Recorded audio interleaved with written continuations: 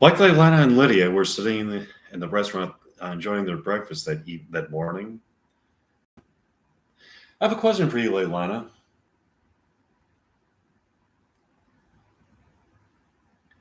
What if you aren't able to find the door that takes you back to Reality Bites 2? I'm assuming I'll find it. Should be obvious. Sure, but what if it's not?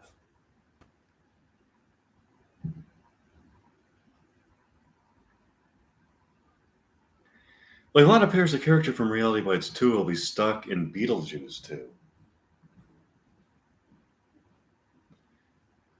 I think it's inevitable that I'll find it. Until then, we'll have to think up a new character for me here in the context of Beetlejuice 2.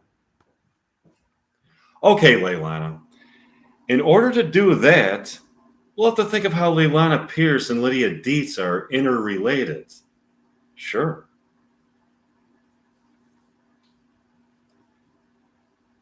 Sure, Lydia. I just thought of something. You're a documentarian. You could be a documentarian in this movie, making a documentary that can also be shown in Reality Bites 2. That way, you'll not only have a new character here in Beetlejuice 2, but also further character development for your Leilana Pierce character in Reality Bites 2. I like the idea. But what would the documentary be about? Not only do I have an idea for what the documentary would be about, but also what the title should be. It's a documentary about ghosts. High-resolution film is known to capture ghosts on film. The only reason you don't see a lot of that is because it's rare to actually find ghosts. Ghosts usually are camera shy and evade people with cameras. Here in the realm where Beetlejuice 2 exists, ghosts run rampant. In the movie Reality Bites, Leilana Pierce was a documentarian who filmed the lives of her and her friends and their struggles, joy, anger, and laughter. Now in Reality Bites 2, Leilana Pierce can have a new documentary about ghosts. It'll be called You Are Observing the Ghost Realm. Wow, that's brilliant. I just had an idea. What's your idea? We could have the ghost film a documentary about what they are observing in the realm where Reality Bites 2 takes place.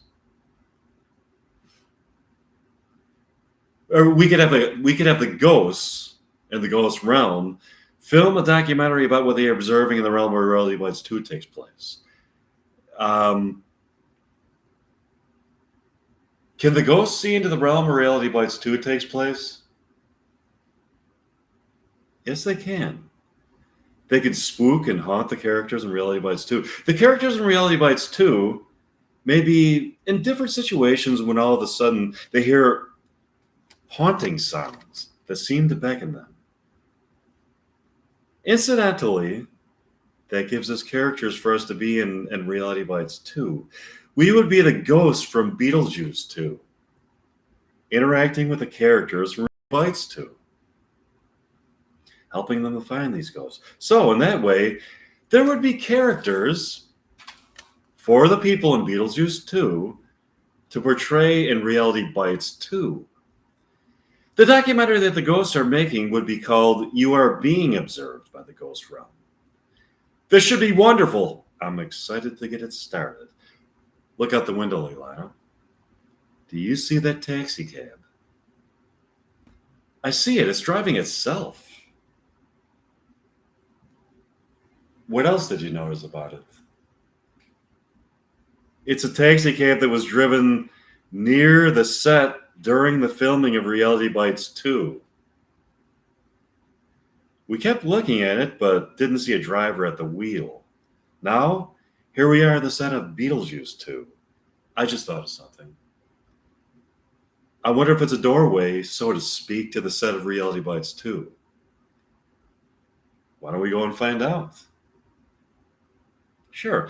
Mike, Leilana, and Lydia go into the street and climb into the taxi cab. Sure enough, the taxi cab is a doorway to the set of Reality Bites 2. They are almost instantaneously transported to the set of Reality Bites 2 as a taxicab seamlessly drives them from a street in Beetlejuice 2 to Pancakes by the Bay, in front of which Ethan Hawke is fighting with Troy Dyer over the character who portrays Leilani Pierce in the stage adaptation of Reality Bites. They get out of the taxi cab to talk to them. Hi, Ethan. Excuse me, other guy. Hi, girl who portrays Leilani Pierce in the stage adaptation of Reality Bites. I crossed over to this realm for the realm where Beetlejuice 2 exists to explain something to you.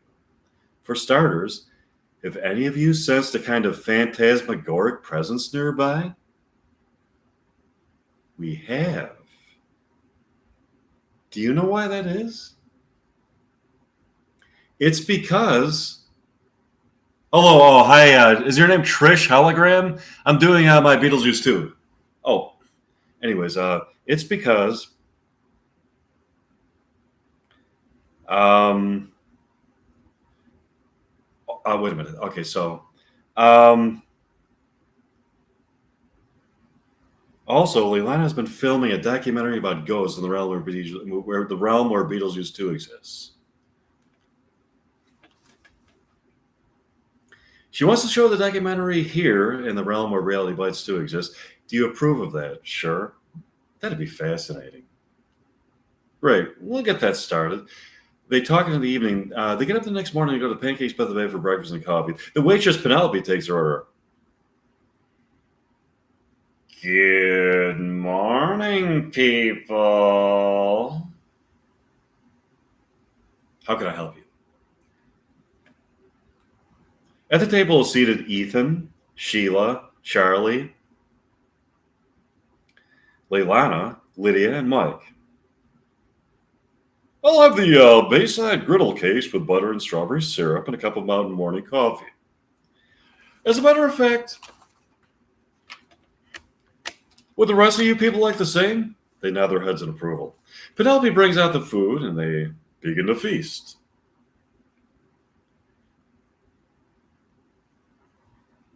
There is so much to talk about this evening at this table with Mike Meyer, Leilani Pierce, Ethan Hawke, Sheila Henderson, Charlie Tamlinson, and Lydia Dietz here. There sure is. All of a sudden, the same woman in the Corvette with the mysterious package can be seen. The woman gets out of the Corvette and walks up to what appears to be a ghost in the streets.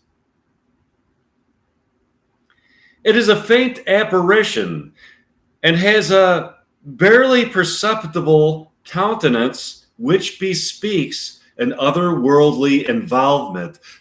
Though barely perceptible, the ghost has the appearance of a beautiful woman in her 20s with dark hair and green eyes.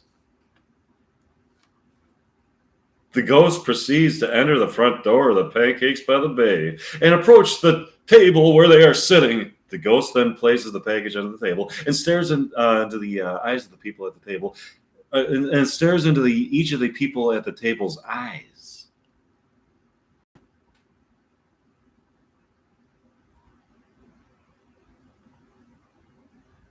And then stare at the package continuously, back and forth from their eyes to the package for an hour. Ethan, Leilani, Lydia, Mike, Sheila, and Charlie sit there mesmerized at this as this ghost continues to stare back and forth from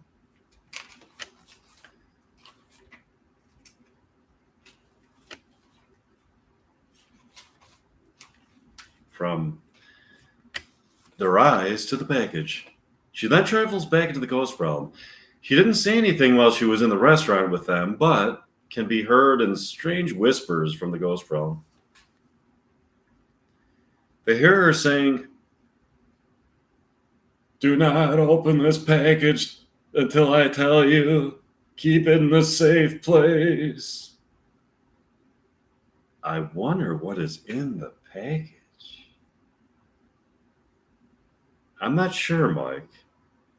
In order to determine what it might be, maybe we should be thinking of why a ghost would deliver a package to us. Do you have any idea why a ghost would deliver a package to us, Leilana?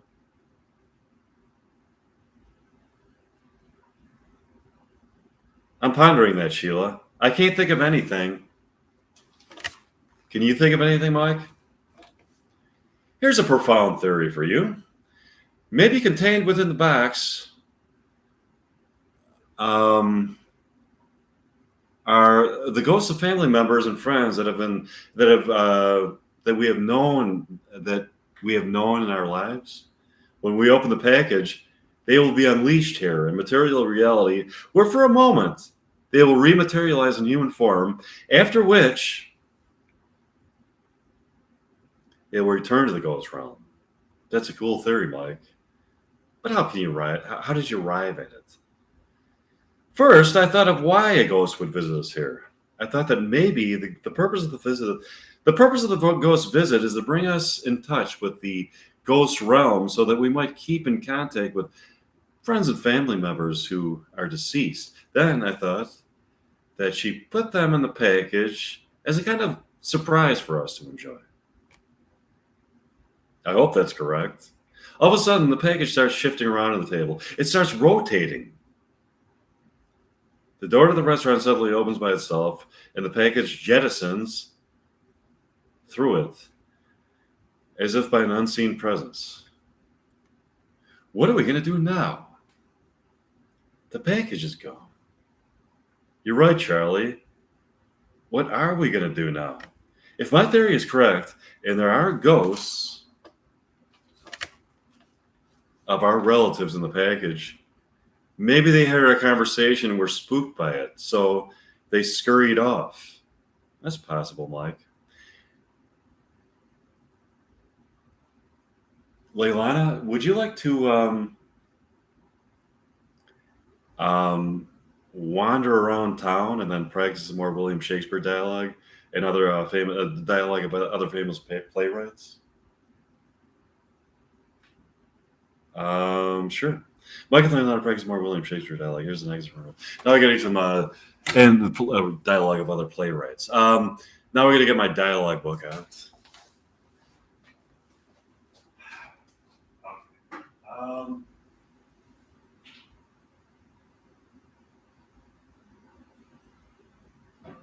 so, this is 99 Film Scenes for Actors by Angela Nicholas.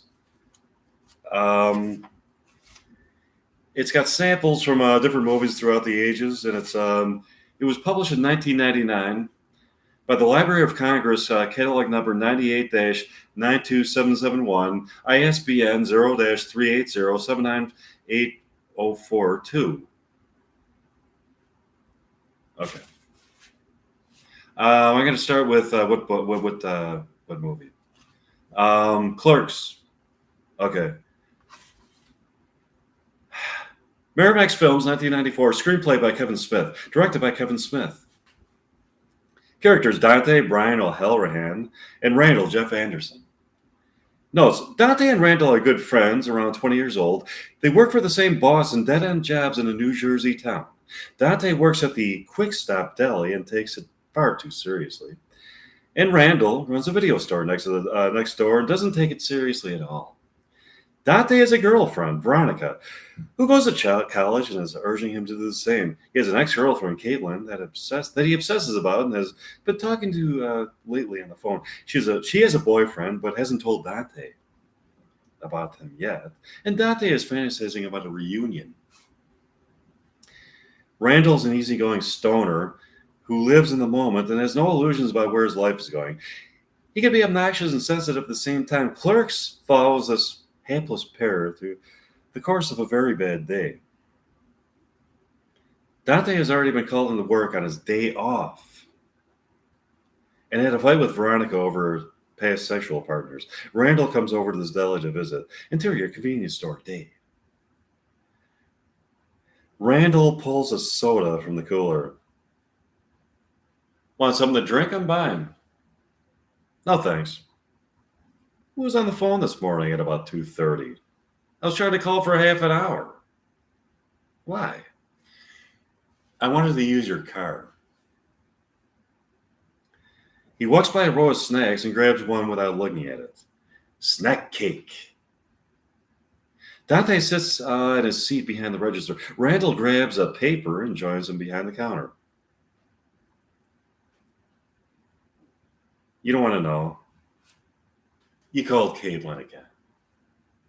She called me. Did you tell Veronica? Want to find a date with Veronica is about all I can stomach, thanks. What do you two fight about? I guess it's not really fighting. She just wants me to leave here, go back to school, and get some direction. I'll bet the most frequent topic of arguments is Caitlin Bree. You win. I'm going to offer you some advice, my friend. Let the past be the past. Forget Caitlin Bree. You've been with Veronica for how long now? 7 months. Chick's nuts about you. How long did you date Caitlin? 5 years. Chick only made you nuts. She cheated on you how many times? 8.5. 8.5. Party at John K's senior year. I get blitzed and pass out in his bedroom. Caitlin comes in and dives all over me. That's cheating? In the middle of it, she calls me Brad. She called you Brad. She called me Brad. That's not cheating. People say crazy shit during sex. One time I called this girl Lucy. I had the lesson she freaks. Turns out she thought I was Brad Michelson. What do you mean? She was supposed to meet Brad Michelson in a bedroom. She picked the wrong one. She had no idea it was even at the party. Oh my God. Great story, isn't it? That girl was vile to you. Interesting postscript to that story. Do you know who wound up going with Brad Michelson in the other dark bedroom? Alan Harris. Chess team Alan Harris. The two moved to Idaho together after graduation. They raised sheep. That's frightening. It takes different strokes to move the world. In light of this lurid tale, I don't see how you could even romanticize your relationship with Caitlin. She broke your heart and inadvertently drove men to deviant lifestyles. Because there was a lot of good in our relationship. Oh yeah, I'm serious. Aside from the cheating, we were a great couple. That's what high school is all about. Algebra, bad lunch, and infidelity. You think things would be any different now? They are. When she calls me now, she's a different person. She's frightened and vulnerable. She's about to finish college and enter the real world. That's gotta be scary for anyone. Oh, shit. I gotta place an order. I'm talking to myself here. No, I'm listening. She's leaving college and she's looking for me to support. And I think that this is leading our relationship to a new level. What about Veronica? I think the arguments Veronica and I are having are some kind of manifestation of a subconscious desire to break away from her so that I could pursue the possibility of a more meaningful relationship with Caitlin.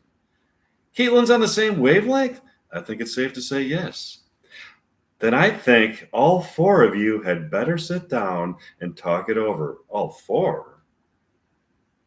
You, Veronica, Caitlin. and Caitlin's fiance.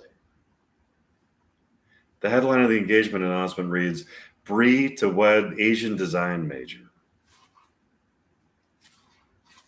It's pretty good dialogue. It's not very highbrow, but it is funny. Okay.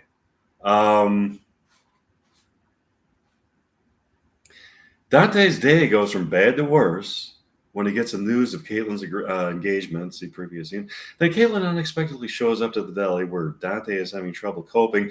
She's taken the train down from school to see him. She doesn't know what she wants any more than Dante does, but she thinks she's got it all sorted out. Okay. In the process, she sends a different mixed message with every line. Interior video store night on counter. You're just going to lock the store like that?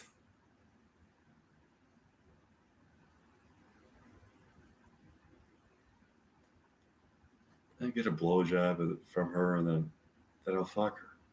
I'm going to talk to you about something, and I do not want to be disturbed. You saw it? Very dramatic, I thought. It's not what you think. It's worse? You're pregnant with an Asian design major's child? Okay, wait, I'm not going to go to no, fuck this dialogue. It's too... Okay, I don't want that. See, let's go to another script then.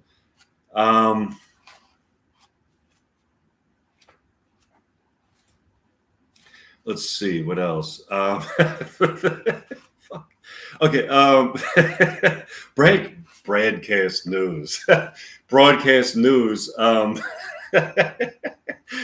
That's funny when you're high. You ever notice that, like, when you're high on weed, there's like certain things that aren't funny when you're straight, but when you're high, like on weed, certain things are funny that wouldn't be funny when you're completely sober or straight. Like broadcast news, get it? Instead of broadcast news. Okay, broadcast news, 20th Century Fox, 1987. Screenplay by James L. Brooks, directed by James L. Brooks.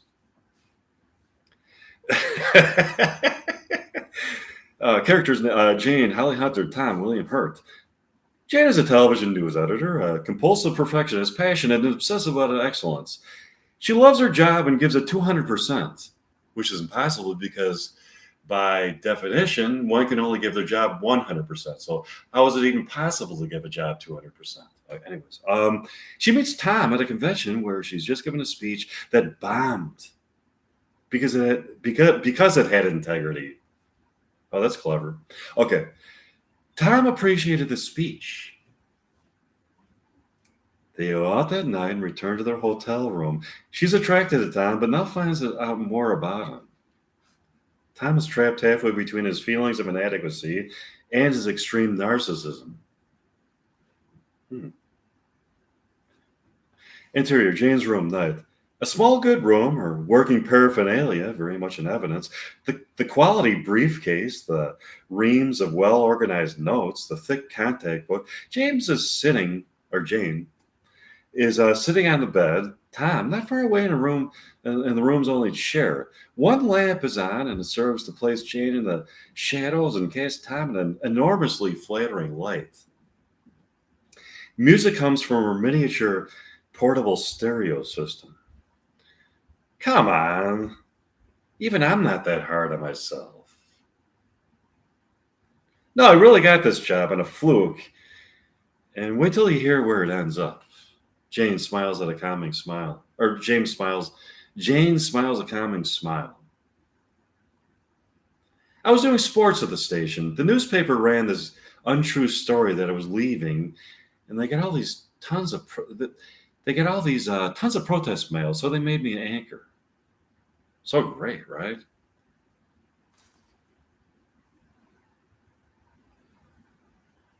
Except I'm no good at being at what I'm being a success at. How are you at back rubs? Jane shifts her position so that her back is to Tom. He's immobilized by the sudden turn.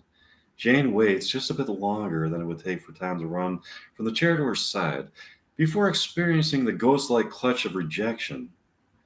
She moves briskly past the moment, grabbing a good night chocolate from the pillow and munching it as she returns to his agenda.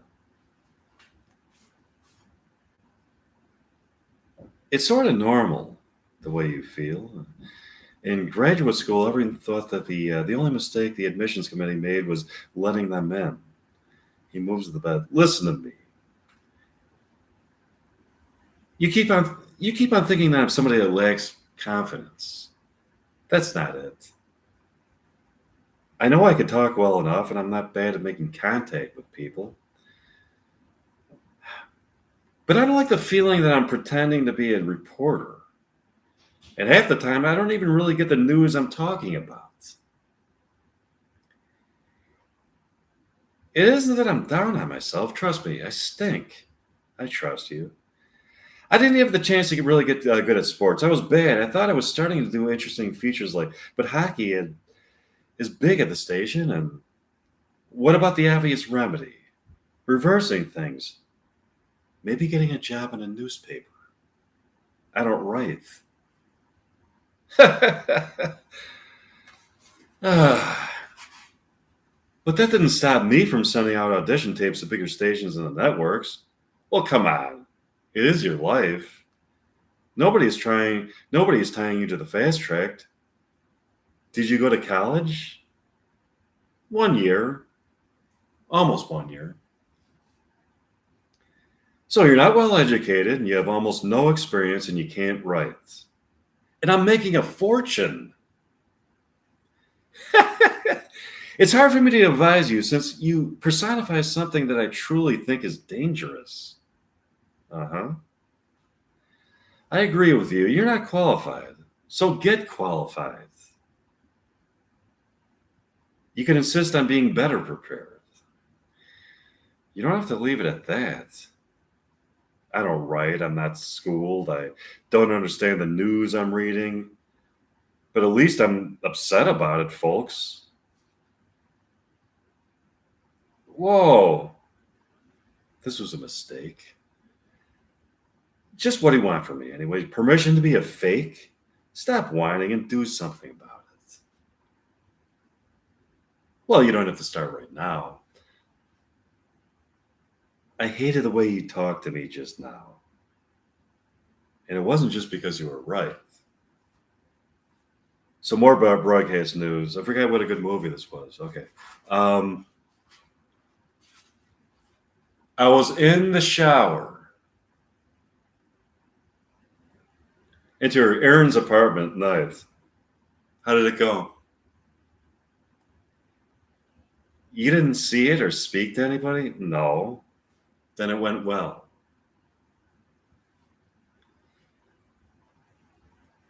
Did it really go well?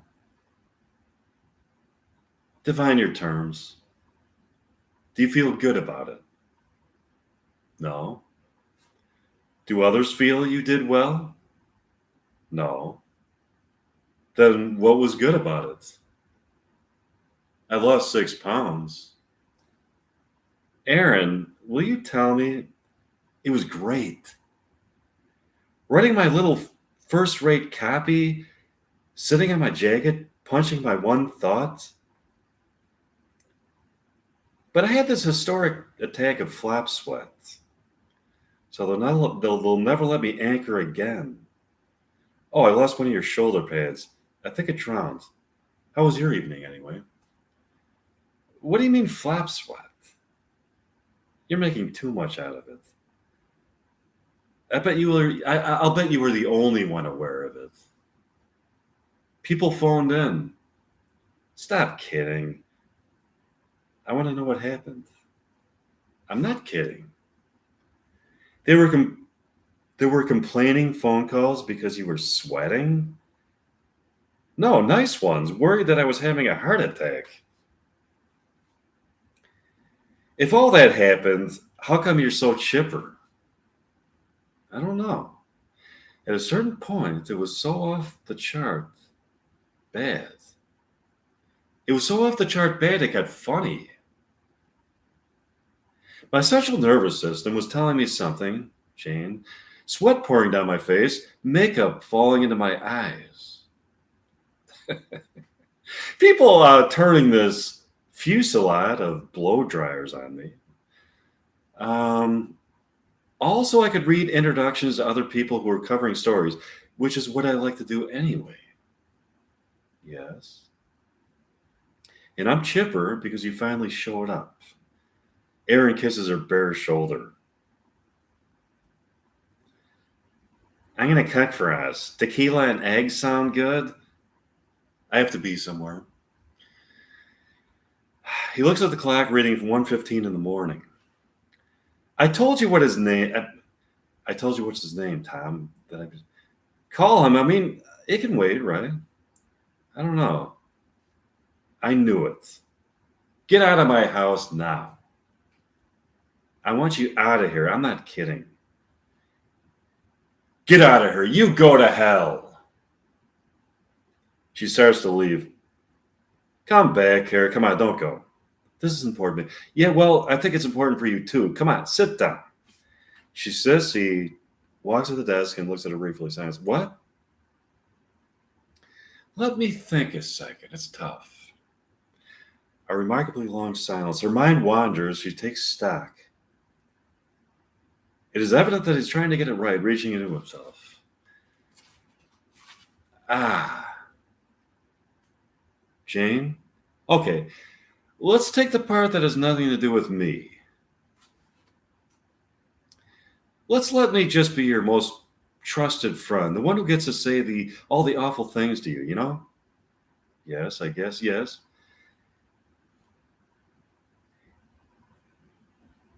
You can't end up with Tom because it goes totally against everything you're about. Yeah, being a basket case. I know you care about him.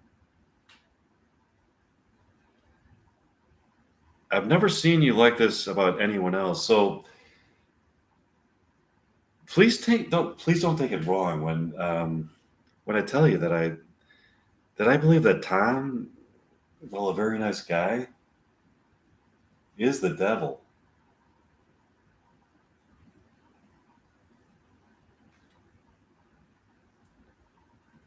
This isn't friendship. You're crazy. You know what? You know that?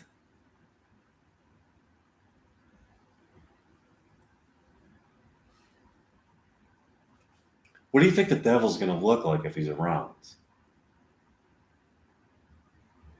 No one's going to be taken in by a guy with a pointy tail. No, I'm semi-serious here. He will look attractive and he will be nice and helpful and he will get a job where he influences a great God-fearing nation and he will never do an evil thing or deliberately hurt a living thing.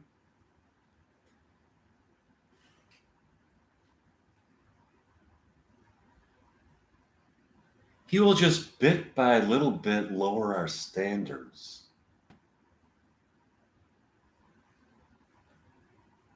Where they're important. Just coax flash over substance. Just a tiny bit. And he will start to talk about all of us really being salesmen, seeing he's not reaching her. And he'll get all the great women. I think you're the devil. How? Because I think we have the kind of I think we have the kind of friendship where if I were the devil, you'd be the only one I told. She's briefly impressed. He has a point. You were quick enough to get Tom's help when, yes, I know, right. And if things had gone well for me tonight, maybe I'd keep quiet about all this. I grant you everything, but give me this. He does personify everything you've been fighting against. And I'm in love with you.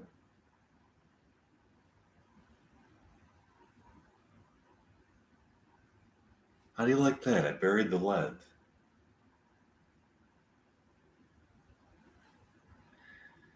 He pauses to catch his breath, breathing deeply through his nose.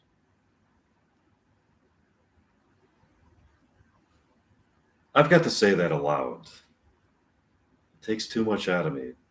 Sit down, stop. Aaron slumps down. It's been a long round.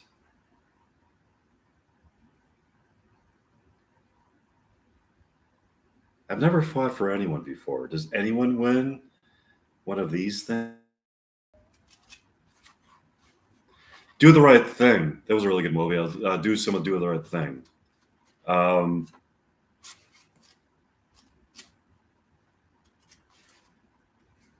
okay. Okay. What the fuck do you want? I wants my money. I wants to get paid. Wouldn't even pay for the window you smashed. Fucking window, Radio Raheem is dead. You're right, a kid is dead, but Mook.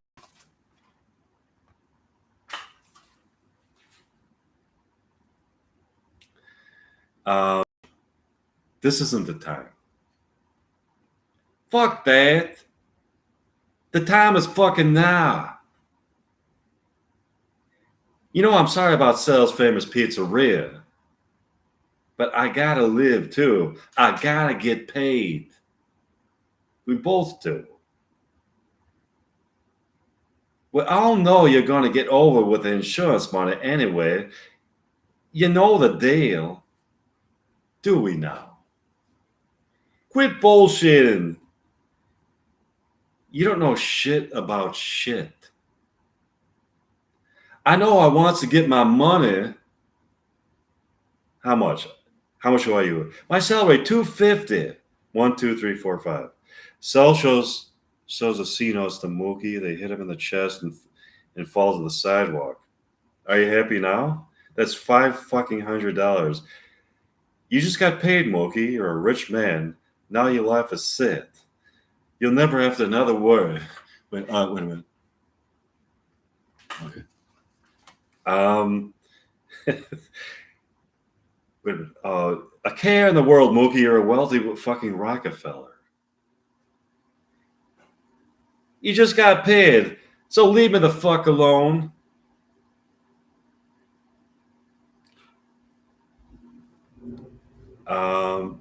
I just saw the. Okay, let's go to the next script. Uh, hmm. Um,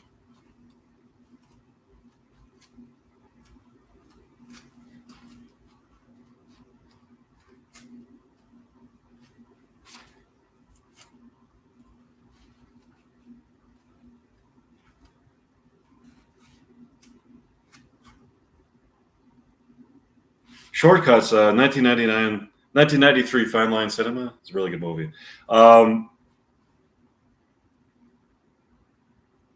Why are they naked? What is naked art? Did you make me a drink? It's in the blender. Smells strong. I can have some wine. Is that what you're wearing? Yes. I thought we were cooking out. Store spring fish, remember? If it's a barbecue, why are you getting so dressed up? This isn't dressed up. I'm not changing. She'll probably dress up. Are you competing? Competing with who? Claire. We're talking about Claire. Are you competing with Claire? For what? What women compete for, I guess.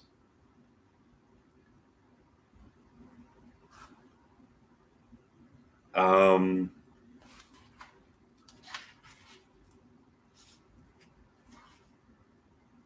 you know what? Let's forget. The one with Mitchell Anderson. Jesus, Ralph.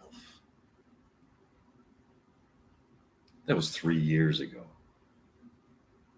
Oh, wait a minute.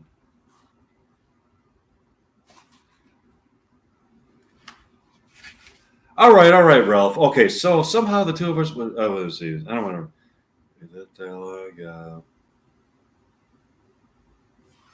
Let's see what else we got. Trying to find some non-sexual dialogue. Okay.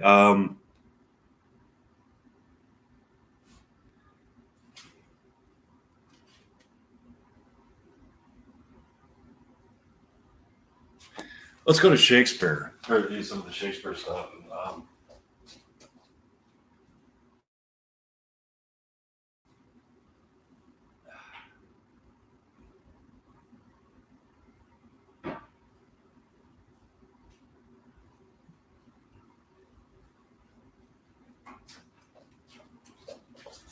Okay. A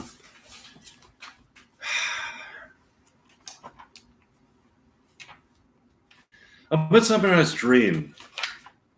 Act 2, Scene 2, A Wood near Athens. Enter a fairy at one door and pluck at another.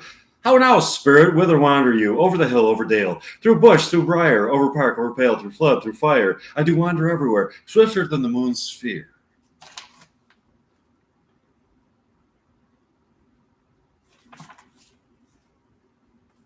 Set your heart at rest. The fairy land buys not the child of me. Wait a minute. Do you amend it? That it lies in you. Why should Titiana cross her Oberon?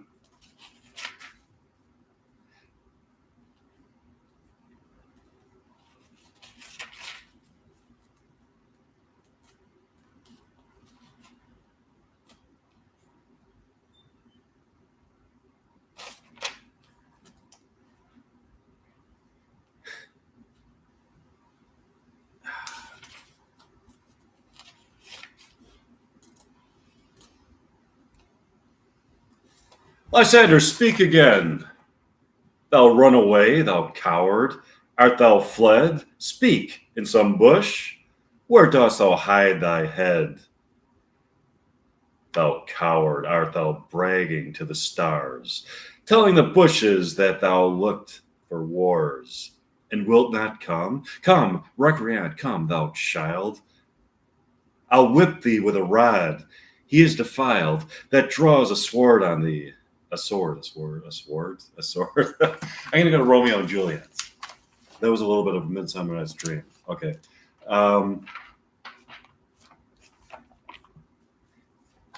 Romeo and Juliet. Wait a minute. I'm going to read the introduction first because it kind of gives you some kind of overview. Romeo and Juliet. Introduction by Stuart Gillespie. Romeo and Juliet is usually dated back to the mid-1590s, well before any of Shakespeare's major tragedies of the 1600s. The question of the play's relation to these later works is worth raising first. Modern readers are inclined to equate tragic power with large quotients of bleakness and pessimism. This is one reason why, in the late 20th century, King Lear is often felt to represent the apogee of Shakespeare's tragic work. But the absence of such qualities in Romeo and Juliet is not sufficient reason to relegate it to a lower status as a tragedy. Nor is the presence of a remarkably effective comic scenes, which can be easily paralleled from the later tragedies. But in the two respects in which the play can most readily be seen as operating within the tragic pattern, limitations are in evidence. First, the supernatural elements in the situation, though frequently referred to by the characters, seem not to create the effect of tragic forces in the play. The prologue famously refers to the star-crossed lovers.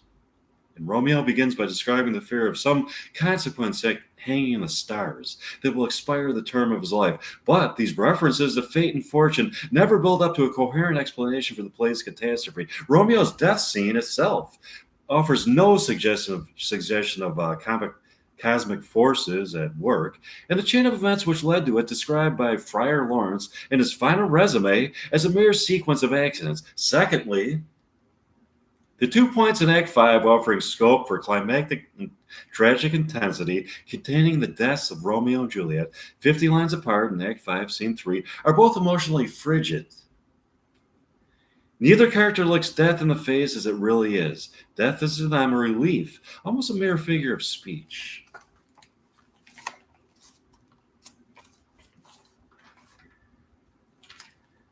None of this is denied that the play can boast wonderful qualities and incomparable moments.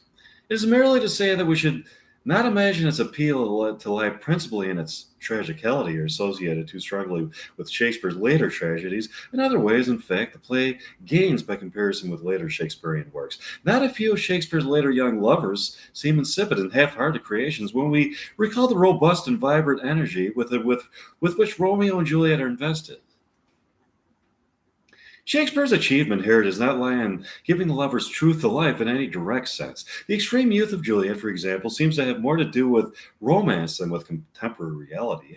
And the balcony scene, which T.S. Eliot called the kind of image of perfection of verse drama, what matters is not realistic effect, but an atmosphere of wonder and delight. Here, as so often in the play, the most striking impression is of the poetry, a poetry of exhilarated surges, magically swift, light, and intense. Here are the transports of an imagination which is recklessly quick and headlong, but also accurate and subtle. Nor will any audience forget the two characters Shakespeare added to those found in the story as he knew it from his source. Arthur Brooks' poem, The Tragical History of Romeo and Juliet, the nurse and Mercutio. The former's comic verbosity certainly suggests she is one of the characters in which the author delighted. And no actor who is capable of speaking her lines can really fail with the part. Here's perhaps Shakespeare's first greatly human verse speech. Its rhythm so supple that some early editions erroneously printed parts of it as prose. The phrases are hers and hers alone. Character unfolds with each phrase. But she is more than a detached personality, a character sketch in the play. The nurse's discourse operates within the region of the painfully funny, and ultimately has similarities with that of Lear's fool. Like him, she is licensed to speak profound nonsense. But Mercutio is perhaps the play's greatest single invention.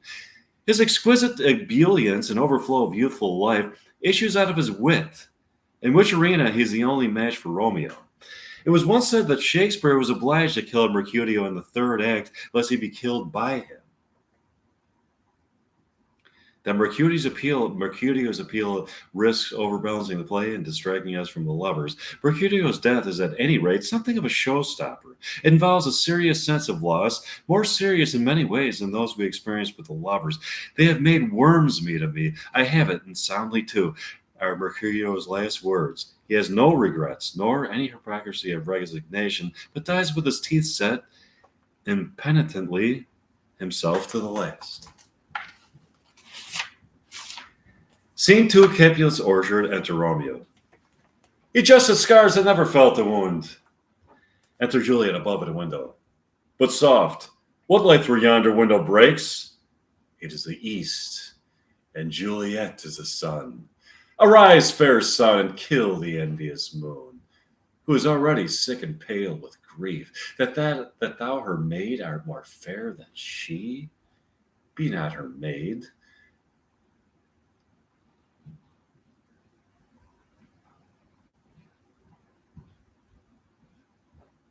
For she is envious. Her vestal livery is but sick and green, and none but fools do wear it. Cast it off. It is my lady, it is my love. Oh, that she knew she were.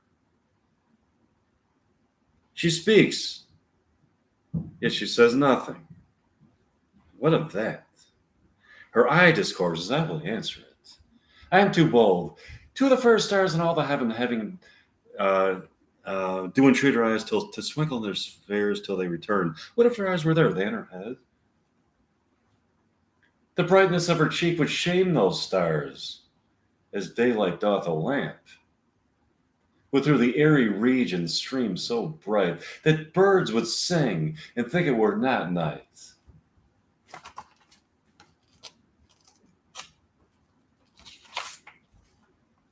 See how she leans her cheek upon that hand? Oh, that it were a glove upon that hand, that I might touch that cheek. She speaks. Oh, speak again, bright angel, for thou art as glorious to this night being over my head as the winged messenger of heaven unto the white upturned wondering eyes of mortals that fall back to gaze on him, when he bestrides the lazy pacing clouds and sails upon the bosom of the air. O Romeo, Romeo, wherefore art thou Romeo? Deny thy father and refuse thy name, or if thou wilt not, be sworn by love and no longer be a Capulet. Shall I hear more? Shall I speak at this? 'Tis but thy name that is my enemy. Thou art thyself not a Montague. What's a Montague? It is nor hand, nor foot, nor arm, nor face, nor any other part belonging to a man. Oh, be some other name. What's a name? That which we call a rose by any other name would smell sweet. So Romeo would, were he not Romeo called. Retain the derby reflection we shows without thy title. Doff thy name, and I take thee at thy word. Call me but love, and I'll be new baptized. Henceforth I never shall be Romeo. What man art thou, thus bescreened the night, so stumblest on my counsel? By a name I know not how to tell thee who I am. My name, dear saint, is hateful to myself, because it is an enemy to thee. Had I had written, I would tear the word. My ears have not yet drunk 100 words of thy tongue's uttering, and I know the sound. Art thou now Romeo and a Montague? Neither fair maid, if either thee is like.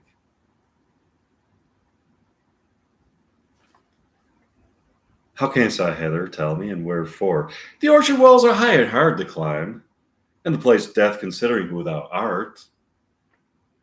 If any of my kinsmen find thee here, with love's light wings that I ever perch these walls, for stony limits cannot hold love out, and what love can do, that dares love attempt. Therefore thy kinsmen are no stop to me. Alack, there lies more peril in thine eye than 20 of their swords. Look thou but sweet, and I am proof against their enmity. I would not for the world they saw thee here. I have night's cloak to hide me from their eyes. And but thou love me, let them find me here. My life were better ended by their hate than death prorogued, wanting of thy love. By whose direction foundst thou out this place? By love that first did prompt me to inquire. He lent me wings, and I lent them counsel. I am no pilot, yet wert thou as far as the vast shore washed with a farthest sea, I should venture for such merchandise. Thou knowest the mask of night is on my face. I was with maybe blah, blah, blah, blah. Lady, by yonder blessed moon I vow that dips with silver all these fruit treetops. Oh, swear not by the moon, the inconstant moon, that monthly changes in her circled orb, lest that thy love prove likewise variable. What shall I swear by? Do not swear at all. Or if thou wilt, swear by the gracious self, which is the God of my eldertree, I'll not believe thee. If my heart does love, well, do not swear. Although I joy in thee, I have no joy in this contract tonight. It is too rash, too unadvised, too sudden, too like the lightning which doth cease to be. Here one can say, light and sweet good night. This but a love by summer's ripening breath might prove of beauty as flower when next we meet. Good night, as sweet repose and rest come to thy. Oh, wilt thou leave me so unsatisfied? What satisfaction canst thou have tonight? The exchange of thy love's faithful vow for mine. I gave thee mine, and yet I would it were to give again. Wouldst thou withdraw it? For what purpose, love, but to be frank, to give it thee again? And yet I wish for the thing I have. My bounty is as boundless as the sea. My love is deep. The more I give to thee, the more I have, for both are infinite. I hear some noise within, dear love ado, and on good nurse, sweet Montague, be true. Stay with the little. Oh, blessed night! I am afeard. Being a knight, all this is but a dream, too flattering sweet to be substantial, ran her Juliet above. So thrive my soul. 1,000 times good night. 1,000 times the worse to want that light. Love, of course, goes towards love as schoolgirls from the books, but love from love, like through towards schoolgirls with heavy looks. Ran her Juliet above. Hiss, Romeo has over a Faulkner's voice, to lure those tassel back again. Bondage is hoarse, and may not speak aloud. Else would I tear the cave where echo lies, and make her airy tongue more hoarse than mine with repetition. It is my soul that calls upon my name. How silver sweet sound lovers' tongues by light, like softest music to attending ears. 'Tis almost morning. I would have thee gone, and yet no farther than wanton's bird that lets us half a little from her hand. like a poor prisoner in twisted gyves, and with a silk thread plucks it back again, so loving jealous of his liberty. Yet, let's go to the very end of the play. My favorite part. Okay.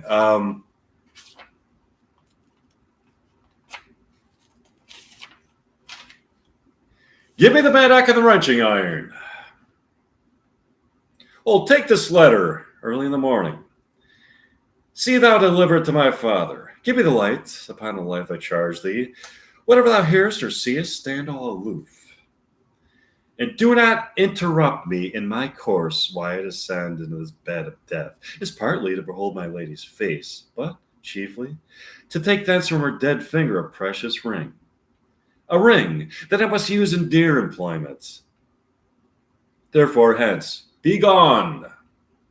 But if thou jealous dost return to pry in what I farther shall intend to do, by heaven, I will tear thee joint by joint, and strew this hungry churchyard with thy limbs. The time and my intents are savage wild, more fierce and more inexorable than empty tigers of the roaring sea. And will be gone, sir, and not trouble ye. So thou shalt me friendship, take thou that, live and be prosperous, and farewell, good fellow. For all the same, I hide thee hereabouts. His looks I fear, and his intents I doubt. Thou detestable maw, thou womb of death, gorged with the dearest morsel of the earth, thus I enforce thy rotten jaws to open, and in despite I'll cram thee with more food. This is that banished haughty Montague that murdered my love's cousin, with which grief it is supposed the fair creature died. And here is come to do some villainous shame to the dead bodies. I will apprehend him. Stop thy unhallowed toil, vile Montague. Can vengeance be pursued further than death? Condemned villain, I do apprehend thee. Okay, and go with me, for thou must die. I must indeed, and therefore came I hither. Good gentle youth, tempt not a desperate man. Fly hence and leave me, think upon these gone. Let them affright thee, I beseech thee, youth. Put not another sin upon my head by urging me to fury. Oh, be gone. By heaven, I'm going to go to the end of the play now. Okay. This is really a fun play. Okay, Romeo and Juliet. Okay. This letter doth make good the friar's words, their course of love, the tidings of her death. And here he writes that he did buy a poison of a poor apothecary. And therewithal came to this vault to die, and lie with Juliet. Where be these enemies, Capulet, Montague? See what a scourge is laid upon your hate, that heaven finds means to kill your joys with love. And I, for winking at your discords too, have lost a brace of kinsmen. All are punished. Oh, brother Montague, give me thy hand. This is my daughter's jointure, for no more can I demand. But I can give thee more, for I will raise her statue in pure gold. And whiles Verona, by that name is known, there shall no figures be at such rate be set as that of true and faithful Juliet. As rich shall Romeo by his ladies lie, poor sacrifices of our enmity. A gloaming peace this morning with it brings, the sun for sorrow will not show his head. Go hence to have more talk of these sad things. Some shall be pardoned, and some punished. For never was a story of more woe than this of Juliet and her Romeo. Fuck.